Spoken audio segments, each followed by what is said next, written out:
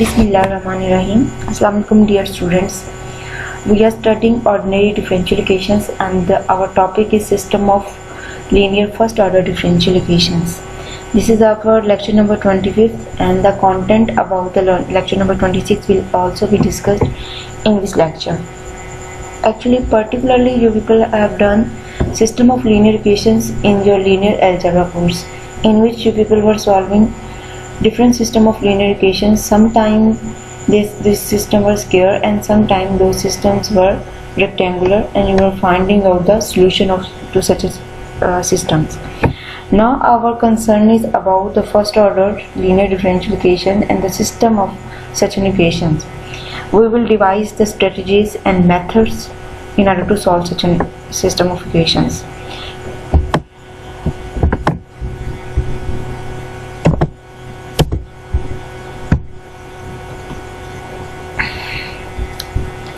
These are the key points that we will be discussing in this chapter.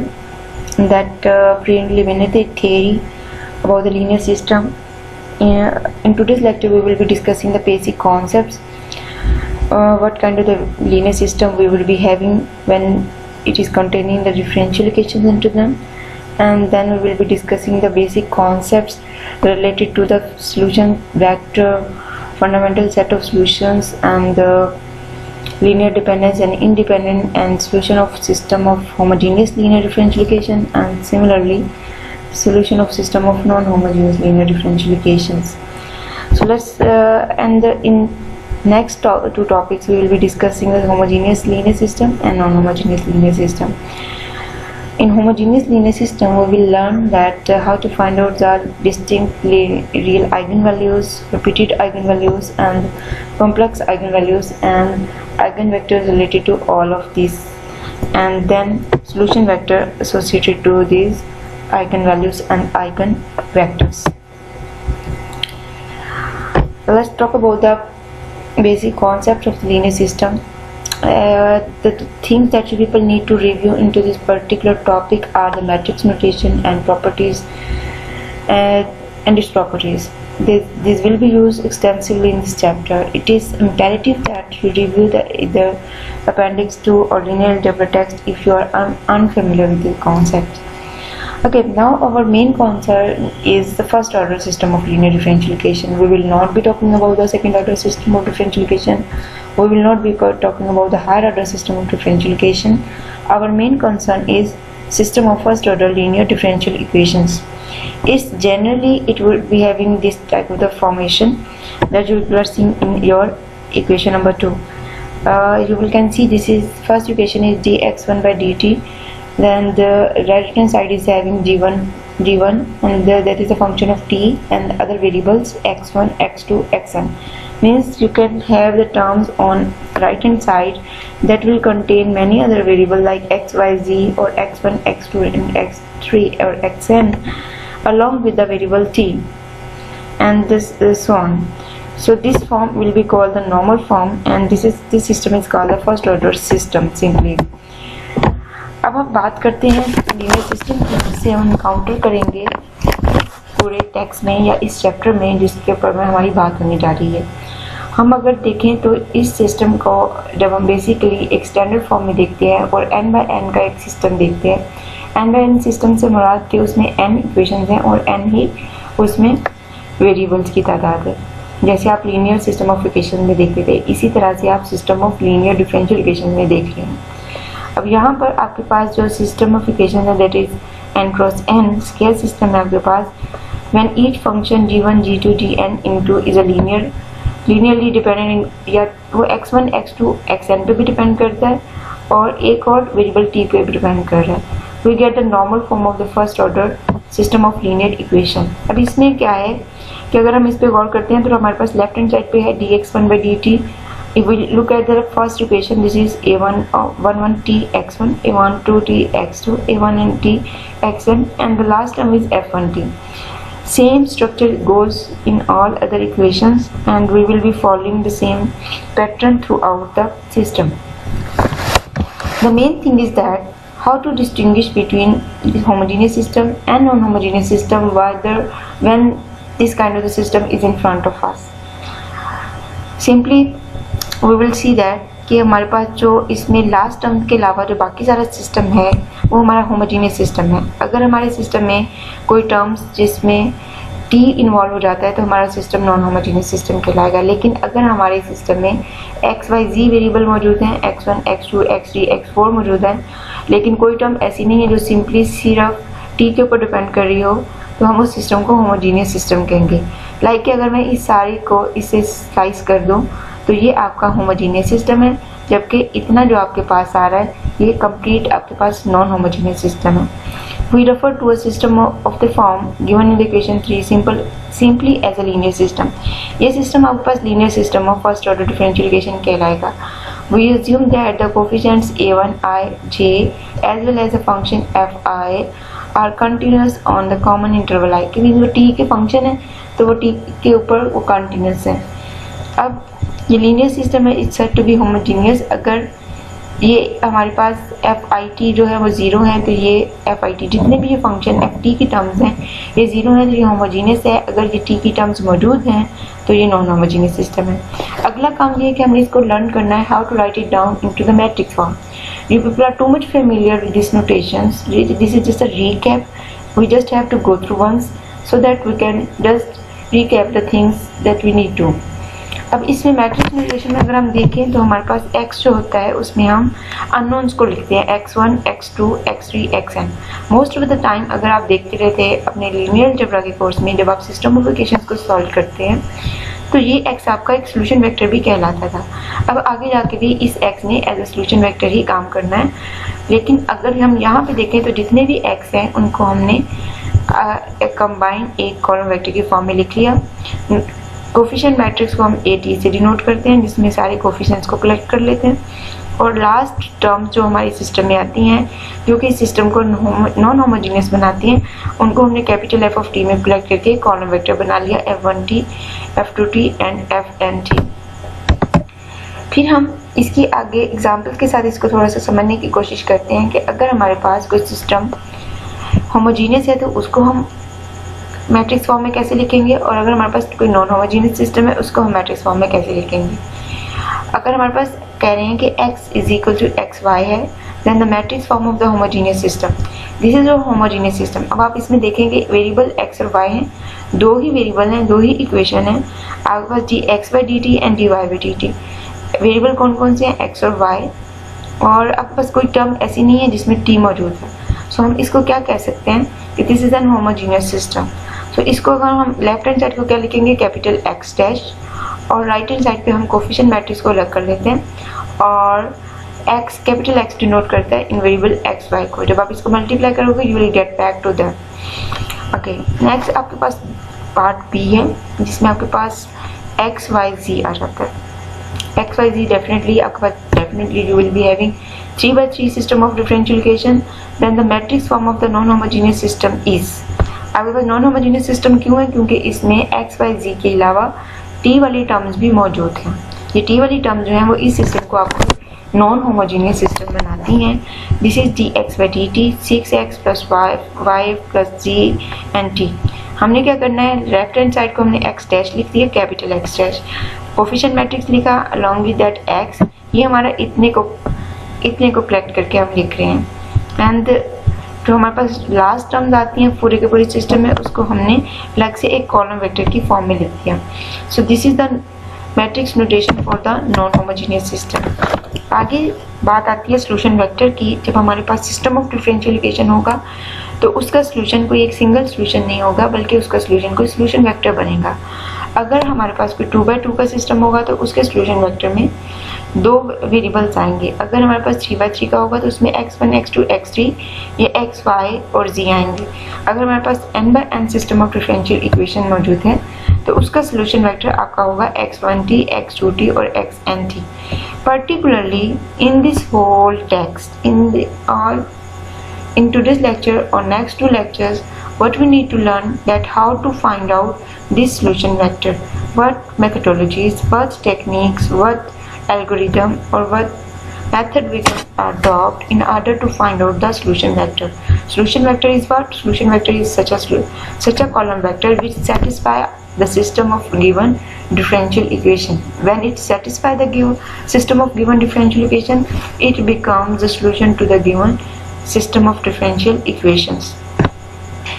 Now what they're saying, a solution vector on an interval I is any column matrix x1t, x2t and xmt whose entries are differentiable functions satisfying the system for on the interval. अब उसके हमने देखना है, जैसे आप first order differential equation को या chapter 1 में जब आपने डिफरेंशियल इक्वेशंस को स्टार्ट किया था तो हम वहाँ पर क्या करते थे, गिवन फंक्शन को सब्स्टिट्यूट करते थे into the given differential equation and we were verifying that either the given function becomes the solution to given differential equation or not. Like the same way, what we will be doing, we will be substituting or we will be inserting, we will be plugging in the given solution vector or given column vectors into the given system in order to verify that whether the given column vectors are the solution to our given system or not. If now there are two vectors x1 and x2, we have to prove them or we have to verify them separately whether they are the solution to our given system of differential equation or not. ये हमारा जो ये वाला equation है, equation 6 की हमारी system of equation है या डिफरेंशियल इक्वेशन का सिस्टम है और हमने इसमें से सब्स्टिट्यूट किसको करना है, प्लग इन किसको करना है, x1 और x2 को. पहले हम देखते हैं कि x1 को सब्स्टिट्यूट करना है. हमने इसको x कहाँ पे सब्स्टिट्यूट करेंगे, x डैश की जगह पर और x की जगह पर. जब हम x डैश की जगह पर x1 को सब्स्टिट्यूट करेंगे, हमने क्या करना है, x1 का डेरिवेटिव लेना है और वो x1 डैश आ जाएगा. उसको हमने लेफ्ट हैंड साइड पे सब्स्टिट्यूट कर दिया. राइट हैंड साइड के लिए क्या करेंगे हम कि हम डायरेक्टली इस x1 को इनपुट सब्स्टिट्यूट कर देंगे इनटू द x. तो हमारे पास बनेगा क्या कि हम देखेंगे कि क्या हमारे पास x1 डैश की जगह जो आंसर है वो इसके प्रोडक्ट के इक्वल आता है या नहीं आता है. नॉट जस्ट लाइक चेक कि वहाँ पे x1 डैश तो हमारा आ गया, ये x2 डैश को भी खैर यहाँ पे हम ऐसे लिख लेते हैं. अब आए ज़रा x1 डैश की तरफ. अब a1x है इसकी राइट हैंड साइड. a1x में 1 5 3 3 तो हमारे पास कोफिशिएंट मैट्रिक्स है और ये हमारे पास है कॉलम वेक्टर. कॉलम वेक्टर को हमने यहाँ पे लिखा और हमने इसको मल्टीप्लाई किया. अब हम देखेंगे कि क्या x1 डैश और ये हमारे पास राइट हैंड साइड का जो आंसर है वो सेम है. Yes, they are giving us the same entries, so we say that x1 was the solution vector to the given system of differential equation. Like the same way, अब हम second solution की तरफ जाते हैं. जो हमारे पास column vector दूसरा given था उसको हमने चेक करना है कि वो गिवन सिस्टम का सॉल्यूशन है या नहीं. जब हमने इसको चेक करना है तो हमने x2 डैश तो लिया हुआ है. अब हमारा काम रह गया कि हम इसकी राइट हैंड साइड पे सब्स्टिट्यूशन करें. राइट हैंड साइड के लिए हम क्या करेंगे, x2 लिखेंगे. x2 की जगह पर हम x2 की वैल्यू सब्स्टिट्यूट करें. You just simply multiply them together and just check whether it is equal to x2 dash values और नो. ये आप देख रहे हैं कि इसका आंसर सेम वही है जो x2 डैश है. So this was also the solution to the given differential equation. इससे एक बात तो ये है कि हमने बारी बारी दोनों को चेक किया कि x1 और x2 उसके सॉल्यूशन बनते या नहीं बनते. हमें पता चल गया कि हमने इसको वेरीफाई कैसे करना है. दूसरी बात ये कि हमारे पास किसी एक सिस्टम के एक से ज़्यादा सॉल्यूशन मौजूद होते हैं. अब उसको अगर 2x2 का सिस्टम है तो उसके दो कॉलम वेक्टर उसको सेटिस्फाई कर रहे होंगे. अगर 3x3 का है तो उसके 3 सॉल्यूशन आएंगे. And like the same way there could be many solution vectors depending upon the situation. Much of the theory of the system of n differential equation is similar to the linear nth order differential equation. जो आपके पास first order differential equation की जो theory थी वो इससे बहुत ज़्यादा similar है जैसे आप जो काम यहाँ पे कर रहे हैं. अब यूनिक सॉल्यूशन जैसे आपका डिफरेंशियल इक्वेशन का एग्जिस्ट करना ज़रूरी होता है, उसी तरह से सिस्टम ऑफ डिफरेंशियल इक्वेशन का यूनिक सॉल्यूशन जो है वो एग्जिस्ट करता है. मीन्स किसी सिस्टम ऑफ डिफरेंशियल इक्वेशन को जब आप सॉल्व करते हो तो उसका अगर किसी पॉइंट के ऊपर आप सॉल्यूशन फाइंड आउट करते हैं या किसी कॉलम वेक्टर के ऊपर उसका सॉल्यूशन फाइंड आउट करते हैं तो वो एक पर्टिकुलर एक यूनिक आंसर देगा जो कि बाकी हर गिवन आंसर से डिफरेंट होगा. तो हमने इसी तरह के सॉल्यूशंस को फाइंड आउट करना है और हमने उनको वेरीफाई भी करना है. अब हम देखते हैं कि होमोजीनियस सिस्टम जो है उसका सॉल्यूशन हम किस तरह से फाइंड आउट करते हैं. होमोजीनियस सिस्टम में हम देखते हैं कि in the next several definitions and the theorems we are concern only with homogeneous system. पहले काम हमारा ये है कि हमने होमोजीनियस सिस्टम को सॉल्व करना सीखना है। जब हम इसके ऊपर हमारी ग्रिप हो जाती है, हम इसके ऊपर हैंडी हो जाते हैं, then we will be going towards the solution of the non homogeneous system. पहला काम ये है कि हम उसके होमोजीनियस पार्ट को सॉल्व करना सीखें।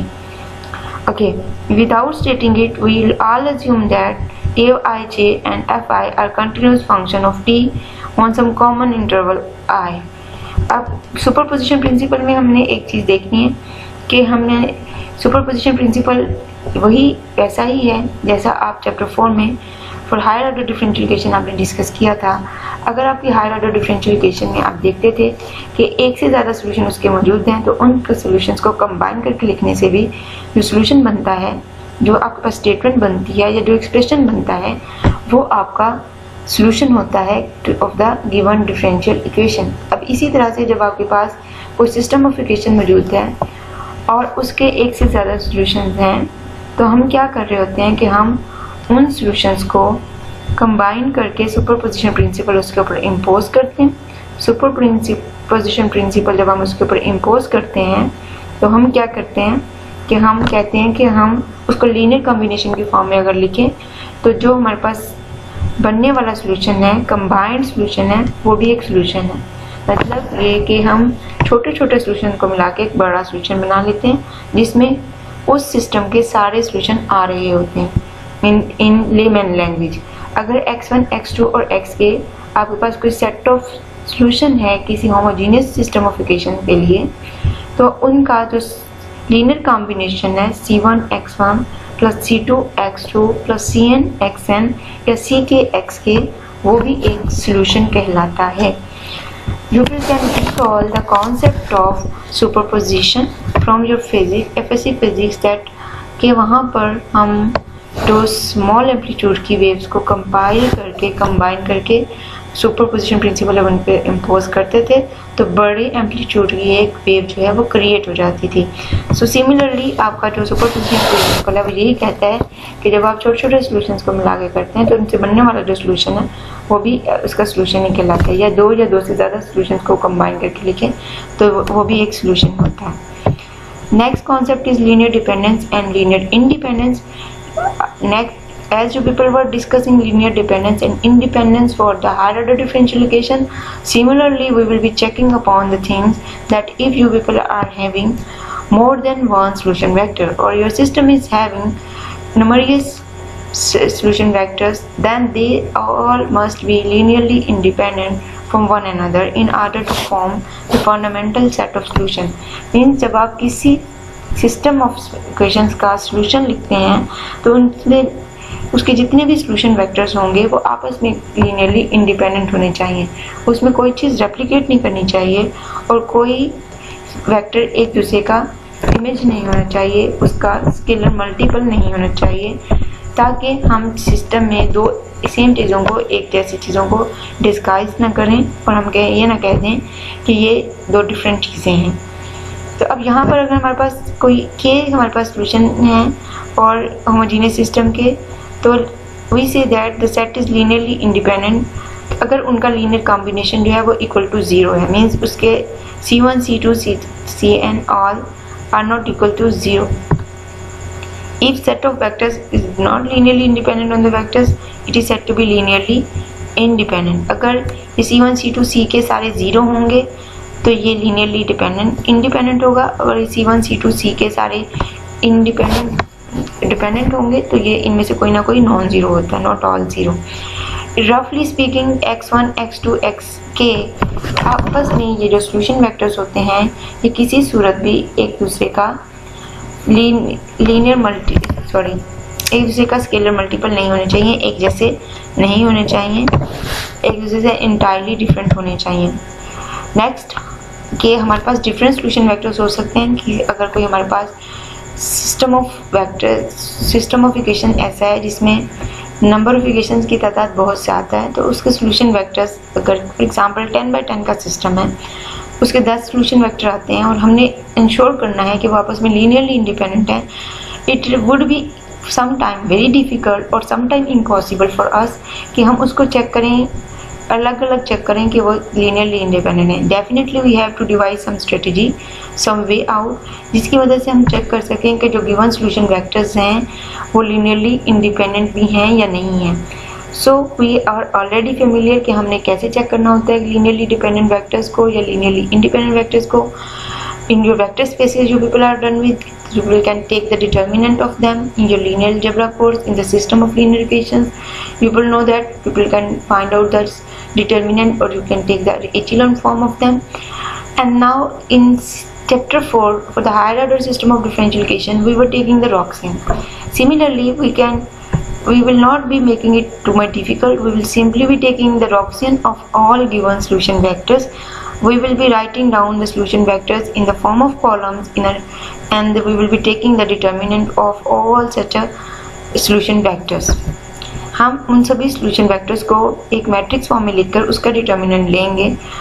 पहले solution vector को आपने फर्स्ट कॉलम में लिख दिया, दूसरे solution vector को आपने दूसरे कॉलम में लिख दिया, तीसरे को तीसरे में, और if nth तो आपने उसको nth में लिखा and you took its determinant, and if this determinant is not equal to 0, we simply say that जो given solution vectors थे वो आपस में linearly independent है। ये भी वही कॉन्सेप्ट है जो हमने पीछे किया हुआ है, so you can simply recall that।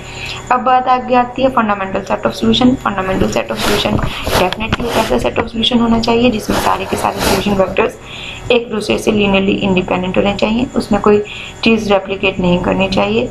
अगर किसी सिस्टम ऑफ इक्वेशंस के सॉल्यूशन वेक्टर्स जो हैं वो x1, x2, xn हैं of n linearly independent solution vectors of homogeneous system is said to be fundamental set of solution। अगर वो आपस में अगर x1, x2, xn आपस में linearly independent हैं तब वो fundamental set of solution बनाएंगे।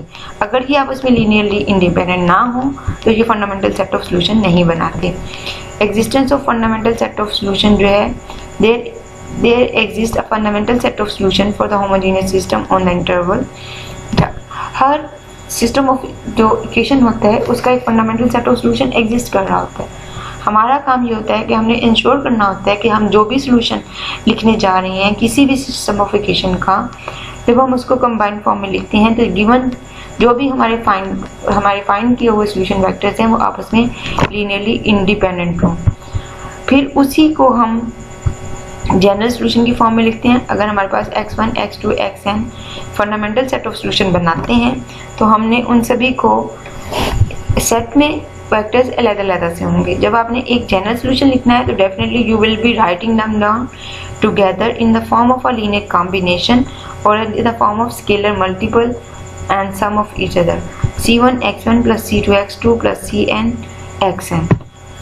अब इसको हम फर्दर देखते हैं कि अगर हमारे पास एग्जाम्पल की फॉर्म में कि अगर हमारे पास दो या दो से ज़्यादा सॉल्यूशन वेक्टर्स हैं तो उसको हमने एक जनरल सॉल्यूशन के फॉर्म में कैसे लिखना है या हमने उसको कैसे चेक करना है कि वो फंडामेंटल सेट ऑफ सॉल्यूशन बनाते भी हैं या नहीं बनाते। हमने चेक करने के लिए फंडामेंटल सेट ऑफ सॉल्यूशन में हमारे एक चीज़ ध्यान में रखनी है कि वही solution vectors fundamental set of solution में आएंगे जो आपस में लीनियरली इंडिपेंडेंट होंगे। लीनियर इंडिपेंडेंस चेक करने के लिए हम क्या करते हैं, हम उन वेक्टर्स का रॉक्सियन लेते हैं। हमारे पास x1 है पहला कॉलम वेक्टर, x2 है दूसरा सॉल्यूशन वेक्टर, x3 है तीसरा सॉल्यूशन वेक्टर। हमने x2 को भी कॉम्पैक्ट फॉर्म में लिख लिया, इस ET को अंदर मल्टीप्लाई कर लिया और and then we took the determinant और we took the Wronskian of that. हम इसका रॉक्सियन लेते हैं, सभी पहले कॉलम वेक्टर में पहला सॉल्यूशन वेक्टर, दूसरे में दूसरा और तीसरे में तीसरा लिखा। We took its determinant, this is the determinant notation and this is ET which is non-zero, and when it is non-zero we simply say that these given solution vectors are linearly independent with respect to one another and they form the fundamental set of solution. When they form the fundamental set of solution, then they could be written in the form of a general solution. When they need to be written into the form of a general solution, then we will be taking the arbitrary constants along with them, that is C1, C2 and C3. So capital X denotes the general solution, which would be the linear combination of these solution vectors C1 x1 plus C2 x2 plus C3 x3. So the fundamental set of solution becomes C1 x1 plus C2 x2 plus C3 x3. So this is how you people should be getting or would be getting the fundamental set of solution and the general solution of any system of equations. Now we will be talking about the non-homogeneous system of equation. When you people have learned how to find out the solution of the homogeneous part of the system of differential equation, the next thing would be that how to find out the solution for the non-homogeneous system of differential equation. As you people are familiar with the non-homogeneous differential equation, in chapter 4 you people are done with such an equation. वहाँ पर हम क्या करते थे, हम पहले left hand side को solve करते थे, उसका सोल्यूशन फाइंड आउट करते थे, उसको हम कॉम्प्लीमेंट्री फंक्शन कहते थे, उसको हम YC से डिनोट करते थे. Now we are dealing with the system of first order differential equation. तो इसमें हम क्या करेंगे, पहले इसकी होमोजेनियस पार्ट को सॉल्व करेंगे और होमोजेनियस पार्ट के सोल्यूशन को हम क्या करेंगे, कॉम्प्लीमेंट्री फंक्शन और कॉम्प्लीमेंट्री सोल्यूशन. इसको हम XC से डिनोट करेंगे जो कि C1x1 C2x2 Cnxn जो कि जनरल सोल्यूशन हमारा है. अब general solution homogeneous non homogeneous system का क्या होगा, XC लेफ्ट हैंड साइड का सोल्यूशन एंड XP क्या है, उसके नॉन होमोजेनियस पार्ट जिसमें FT आ जाते हैं, उसको कंबाइन करके हम लिखेंगे. अब बात यहाँ पे आती है कि हम जो XP है उसको हम कैसे फाइंड आउट करते हैं. XP फाइंड आउट करने के लिए हम अप्लाई करेंगे या तो मेथड ऑफ अनडिटरमाइंड कोएफिशिएंट्स और we will be applying the method of variation of parameters in order to find out the solution of the non-homogeneous differential equation. So till here what we learned, हमने देखा कि वही सारे concepts हैं जो हमने higher order differential equations के लिए डिस्कस किए या फर्स्ट ऑर्डर डिफरेंशियल इक्वेशन के लिए डिस्कस किए. मेन पर्पस हमारा ये है कि हम जब भी किसी सिंगल डिफरेंशियल इक्वेशन या सिस्टम ऑफ डिफरेंशियल इक्वेशन को सॉल्व करें तो जितने भी उसके सॉल्यूशंस आते हैं वो आपस में लीनियरली इंडिपेंडेंट हों, वो यूनिक हों. उसका जब हम जनरल सॉल्यूशन लिखें तो उसको लीनियर कम्बिनेशन के फॉर्म में लिखते हो, हम ये बात इंश्योर करें कि जो उसका सॉल्यूशन है वो आपस में लीनियरली इंडिपेंडेंट है. अभी तक हमने इन सारे बेसिक कॉन्सेप्ट्स को डिस्कस किया है. इन बेसिक कॉन्सेप्ट से आपकी मेमोरी रिकॉल हो जाएगी और आपकी चीज़ें जो है वो रिकैप हो जाएंगी. नेक्स्ट टॉपिक जो हम डिस्कस करेंगे उसमें हम लर्न करेंगे कि हमने सिस्टम ऑफ इक्वेशंस को सॉल्व कैसे करना है. हमने पहले उसमें सीखेंगे कि होमोजेनियस सिस्टम को कैसे सॉल्व करना है. होमोजेनियस सिस्टम को सॉल्व करने के लिए हमारे पास उसके केसेस बनेंगे, 3 डिफरेंट केसेस आएंगे जिसमें हम 3 तरह की डिफरेंट आइगन वैल्यूज़ को डिटरमिन करेंगे और फिर उसकी मदद से हम सॉल्यूशन को फाइंड आउट करेंगे. Things would be lengthy but they would be simple. ये चीज़ अभी तक जो आपने किया है that is similar to the previous, so just recap it and आपने सारा इसको कर लेना. अब यहाँ पर आपके पास XP गिवन है, इन्होंने एग्जाम्पल के फॉर्म में दिया है. आप यहाँ पे ये आपके पास X डैश है, आपने XC इसके होमोजेनियस पार्ट का सॉल्यूशन को रिप्रेजेंट कर रहा है. XP इन्होंने गिवन दिया हुआ है तो हम क्या करेंगे, XC प्लस XP लिखेंगे, कंबाइंड फॉर्म में लिखेंगे. तो this is how you people will be denoting the system of solution of the non homogeneous part of the differential equation. Next आपके पास एक्सरसाइज है. क्वेश्चन यहाँ पर है कि आपने लीनियर सिस्टम को मैट्रिक्स फॉर्म में लिखना है. कहीं पर आएगा कि आपने मैट्रिक्स फॉर्म को, ये आपके पास है मैट्रिक्स फॉर्म, इसको आपने लीनियर इक्वेशंस की फॉर्म में लिखना है. एंड देन आपने वेरीफाई करना है कि जो गिवन कॉलम वेक्टर्स हैं वो इसका सॉल्यूशन बनते हैं या नहीं बनते. यहाँ पर आप ये वेरीफाई करेंगे जो गिवन सॉल्यूशन वेक्टर्स हैं वो आपस में लीनियरली इंडिपेंडेंट हैं या नहीं. अगर वो लीनियरली इंडिपेंडेंट हैं तो फंडामेंटल सेट ऑफ सॉल्यूशन बनाते हैं या नहीं. फंडामेंटल सेट ऑफ सॉल्यूशन की जब भी बात आएगी हमने क्या करना है, हमने उसका टॉक्सियन लेना है. अगर टॉक्सियन नॉन जीरो आता है तो हम कहेंगे कि they form the fundamental set of solution. That's it. आज के लेक्चर में हम ये सारी चीज़ ऐसे यहाँ तक ही एंड करेंगे. आपने इस एक्सरसाइज को बुक से भी देख लेना है. DDGL की बुक आप यूज़ कर रहे हैं. ये आपको टॉपिक 8.3 के एंड पे मिलेगा और टॉपिक 8.4 के एंड पे. And next we will be discussing that how to find out the solution of homogeneous system of differential equations. So till here we end it and wind it up, and thank you so much students. कोई Curie हो तो आप लोग मुझे message करें या आप लोग ऑनलाइन सेशन में पूछ सकते हैं. अल्लाह हाफिज़.